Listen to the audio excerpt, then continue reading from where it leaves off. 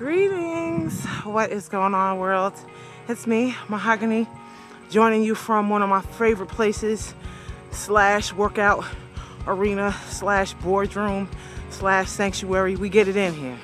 So, yeah, shout out to Monisha Randolph, who has a book out called Run Revelations, and is an amazing person, and I happen to be able to call her friend, but she kind of got me on this kick where it's like, yo, you need to just go and run. Don't bring any music with you. Just kind of see, you know, what comes to you, what God says to you as you're, you know, out here just feeling it.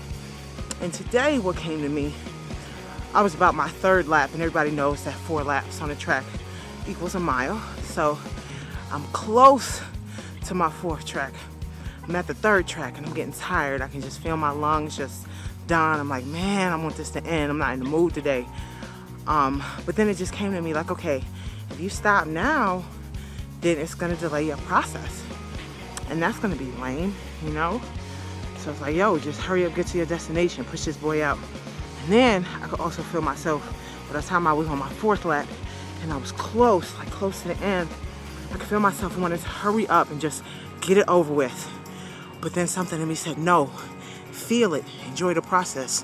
And so when I think about life, I think about enjoying the process and not pausing, not taking me breaks to get to the destination. It's just kind of how I feel. So in my walk with Christ, no breaks, no pauses, no, okay, I just want to fulfill my flesh, I just want to do this. It's kind of like, no, feel that burning. And then you just feel great when you make your destination, when you meet your goal. So I did it. I'm actually walking it out now. So 2 miles today. Whoop, whoop, whoop. Now we're going on like 2 1/4. So I'm about to stop because I actually have to go teach a class. But I just wanted to share. Oh, today is Hot Topic Tuesdays.